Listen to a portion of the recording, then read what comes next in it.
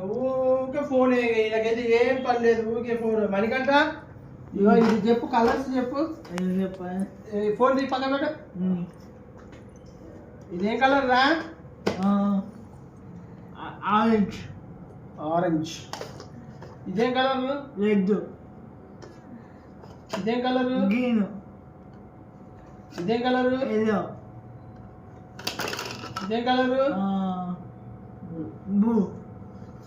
ఇది purple.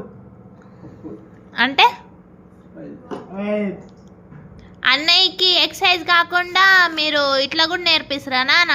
Colour చూపించాలి కదా. కలర్ ఏం కలర్ అనేది తెలియకపోతే అంటే కొంతమంది అనుకుంటారు మణికంఠకి ఏం రావు అని.